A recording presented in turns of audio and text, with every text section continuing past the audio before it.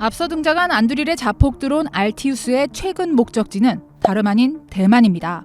대만은 지난해 미국에서 자폭 드론 1000대를 사들이기로 했는데 여기에는 알티우스 291대도 포함됐습니다. 그리고 이달 초 안두릴 창업자 팔머러키의 대만 방문에 맞춰 초도 물량 납품이 이루어졌습니다. 안두릴에 따르면 계약 체결일 기준으로 불과 6개월 만인데요. 초기 물량이 얼마 되지 않는다 하더라도 통상 무기 납품에 수년이 걸리는 점을 고려하면 놀라울 정도로 빠른 속도입니다. 안두릴은 한 발 더 나아가 대만에 사무실까지 차리고 현지 국방연구기관과 AI 기반 지휘 통제와 무인 시스템 개발에 나섰는데요. 눈길을 끈 건 안두릴의 다음 행선지가 바로 우리나라라는 겁니다. 팔머러키는 대만에 이어 곧바로 한국을 찾아 사흘간 머물며 HD현대와 무인 잠수정, 대한항공과는 무인기 사업 협력 등을 논의했습니다. 아울러 안두릴은 보잉코리아 출신 인사를 한국 대표로 선임하며 향후 1년 안에 한국 내 인력을 2배로 늘릴 계획이라고 밝혔는데요. 한국의 R&D 센터와 생산 기지를 구축하는 방안도 검토 중입니다.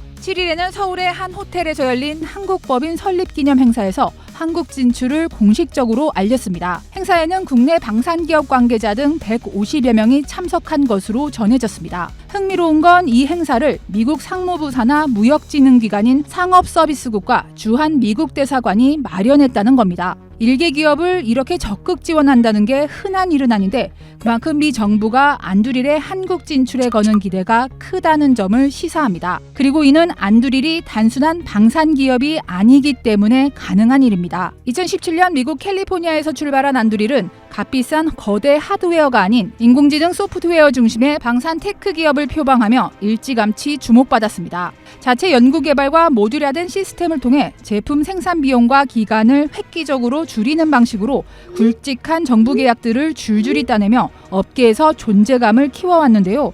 최근에는 방산업계 신흥검을 팔란티어 등과 컨소시엄을 구성해 1억 달러에 달하는 미 육군의 차세대 지휘 통제 개발 프로젝트를 따내기도 했습니다. 안두릴의 현재 업계 위상은 쟁쟁한 한국 기업과 기관이 앞다퉈 파트너십을 맺는 데서도 알 수 있습니다. 해당 기업들은 안두릴과 손을 잡는 이유로 기술력을 꼽았지만 안두릴을 얘기할 때 빼놓을 수 없는 게 바로 막강 네트워크입니다.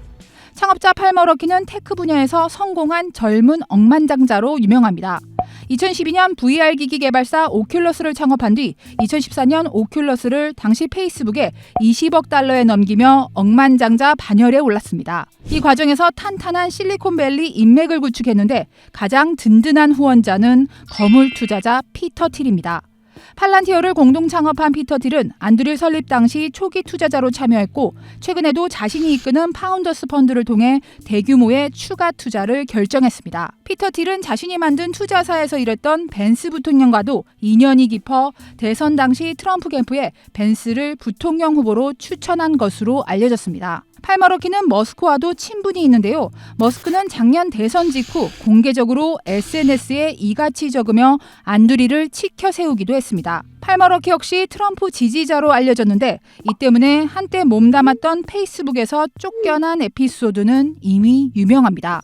2016년 대선 당시 트럼프와 경쟁했던 힐러리 후보를 반대하는 단체에 거액을 기부한 게 문제가 된 건데요. 최근 안두릴이 메타와 군용 장비 사업을 함께하기로 하면서 팔머러키가 메타와 오랜 악연을 털어낸 게 아니냐는 얘기가 나오기도 했습니다. 이렇게 잘 나가는 안두릴이 최근 가장 눈독을 들이는 시장이 바로 한국과 대만입니다. 두 나라는 각각 북한과 중국이라는 위협에 맞서 국방력이 국가 안위와 직결되는 국가라는 공통점이 있습니다. 트럼프 정부의 방위비 증액 압박에 직면해 있다는 점도 비슷합니다. 사업 확대를 노리는 안두릴로서는 탐나는 시장일 수밖에 없는데요.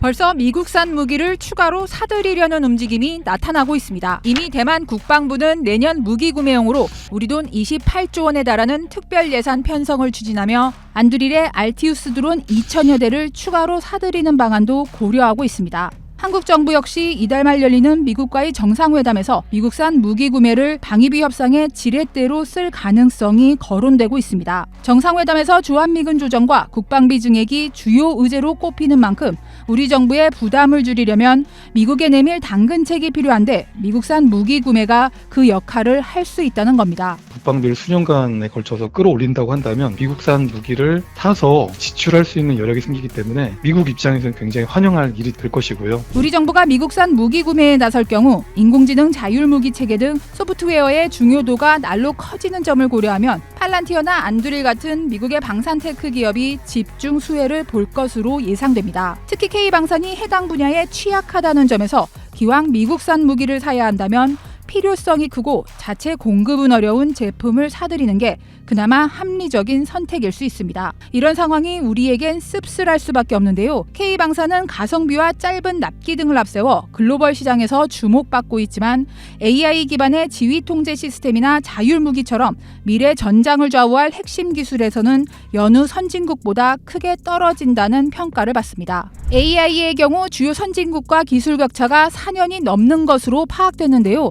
산적한 규제와 시스템 미흡 등이 주요 원인으로 꼽힙니다. 전문가들은 국내 방산업계의 경쟁력 강화를 위해서는 한미 방위비 협상이 미국 방산업체의 대목에 그치게 해서는 안 된다고 조언합니다. 단순히 단순 구매가 아니고 실질적으로 양국이 필요한 분야에서의 공동 개발, 생산, 마케팅까지 이제 이어질 수 있는 그런 협력이 중요하다고 보고 있어요. 정부 차원에서도 무기 체계 수준의 국제 공동 개발에 이제 적극 상호 참여함으로써 글로벌 시장 진출을 공동으로 모색하는 그런 전략이 필요하겠다.